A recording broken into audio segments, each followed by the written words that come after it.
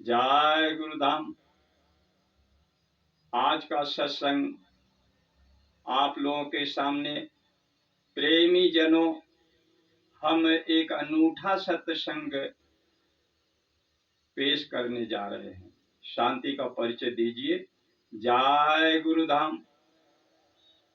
जीवन जिसे कहते हैं और जीवन जीने की कला यानी जीवन की आशा, उसके बारे में जिज्ञासा बनी और लोग मुझसे कहने लगे, बहुत से लोग। तो मैंने कहा कि ठीक है, एक छोटा सा वीडियो आप लोगों के सामने रखेंगे, उससे सीखोगे, सीख मिलेगी। तो आइए, जय गुरुधाम।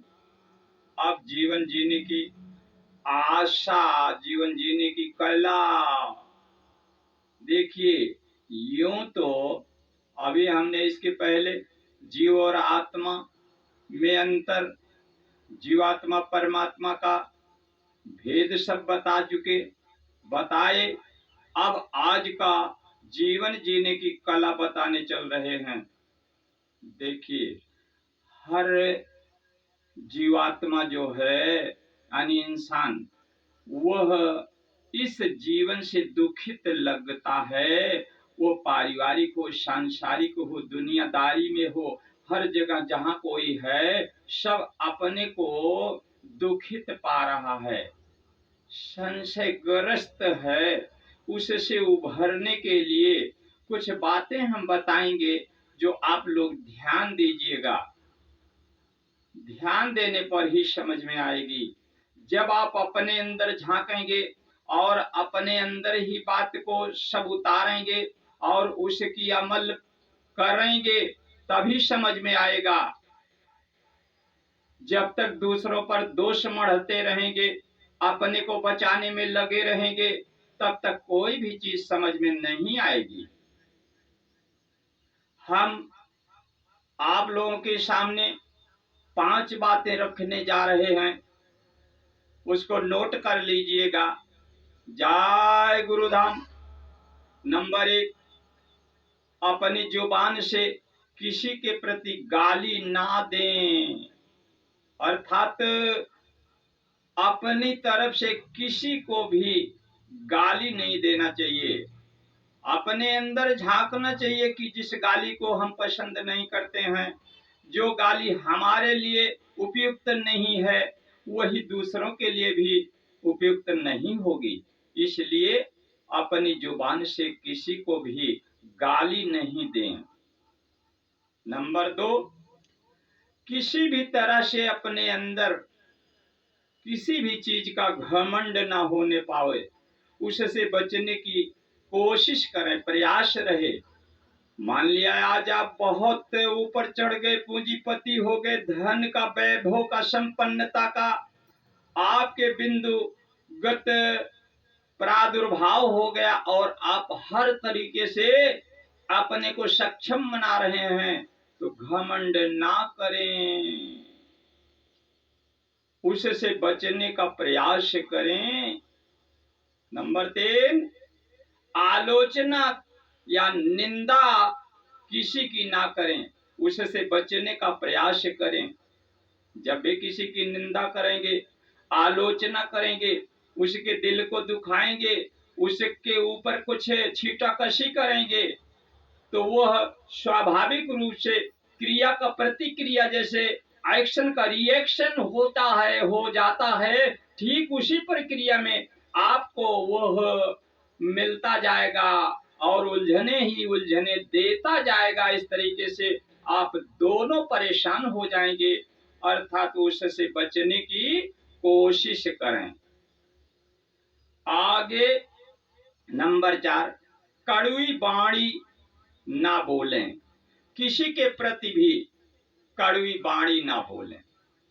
कितना भी आपके ऊपर झंझावात हो, उस झंझावात में भी अपनी तरफ से किसी को कड़वी वाणी दे करके झंझट ना पैदा करें। अपने से बच करके दूसरों को बचाने का प्रयास करें। और नंबर 5, कभी भी आक्रोश ना करें, आक्रोश में आकर के कुछ भी ना करें। ये 5 बातें जो है याद रखने की हैं। ये आक्रोश जो है ये अनायास ही जीवात्मा के अंतःकरण को उद्वेलित कर देता है और मन बुद्धि अहम चित्त इन सब को अंतःकरण चतुष्टय को प्रेरित करके वो क्रिया की प्रतिक्रिया में आकर के झंझावात दे देता है और हम दोनों उलझन में पड़ जाते हैं। इस तरीके से उससे हमेशा हमेशा के लिए बचाव रखना चाहिए। हमेशा एक दूसरे के प्रति ये सोचना चाहिए कि उस जीवात्मा में अर्थात अगला इंसान जो है उसमें और हम में, सब में जितने इंसान पैदा हुए हैं सबके अंदर 2 बातें होती हैं। नंबर 1 खामी, जिसको कमियां कहा गया, यानी खामी यानी कमियां होती हैं सब में थोड़ा कमोबेश। और नंबर 2 खासियत यानी विशेषताएं भी होती हैं कमोबेश। इस तरीके से दोनों चीजों में से हम सब खामी यानी उसकी कमियां ढूंढ ढूंढ करके उसी पर क्रिया प्रतिक्रिया करते रहते हैं, उसी में लगे रहते हैं। यही हम लोगों की अपनी दिक्कतें पैदा करने का बिंदु है। तो आज हम आप लोगों को बताएंगे कि उसकी खामी यानी कमियां न देख करके उसकी खासियत अर्थात विशेषताएं देखिए। कैसी विशेषताएं समझने की कोशिश कीजिएगा। जैसे एक माता पिता हैं और संतान को ला दिया इस दुनिया में, तो उसकी एक विशेषता है कि संतान को लाने में माता पिता का अहम रोल होता है। अब वो माता पिता जो है हमेशा उस औलाद की तरफ से, संतान की तरफ से किसी भी तरह से दुखित न होने पावे, ये उसकी अपनी नैतिक जिम्मेदारी बनती है। वह माता पिता की उसी विशेषता को देखता जाए कि ये माता पिता हमारे न होते तो हम इस दुनिया में आ नहीं पाते।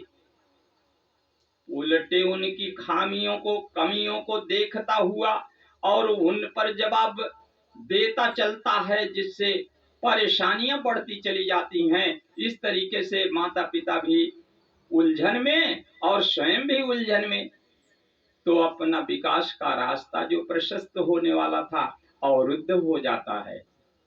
तो इस तरीके से इस पर ध्यान दीजिए और सोचिएगा, हृदय को पवित्र रखें। जब हृदय पवित्र होगा तो उस स्थान पर परमात्मा का वास तो रहता ही है। वो दर्शित हो जाता है, दिखाई दे देता है, वो प्रकट हो जाता है। पवित्र हृदय में ही, प्रेम में ही वो परमात्मा का दर्शन होता है। और अतीत को चाहे कुछ भी हो, अच्छा बुरा, उस पर न जा करके उनकी यादों को भूल जाओ, अर्थात माफ कर दो, माफ कर दो, माफ कर दो। ये बिंदु दोनों अगर अपने अंदर हृदयंगम होते हैं तो किसी भी तरह से आपको परमात्मा तक पहुंचने में कोई दिक्कत नहीं होगी। आप आत्मा ही परमात्मा है। आत्मा परमात्मा का मिलन करने में वो दिव्यता, वो पवित्रता, वो स्वच्छता, वो सौंदर्य, वो सुंदरता, वह सक्षमता आदि आदि चीजें अगर आ जाती हैं तो कोई रोक नहीं सकता। जैसे आपको बताएं, मीरा के अंदर वो ही पवित्रता थी, तो वासुदेव घन श्याम आ गए।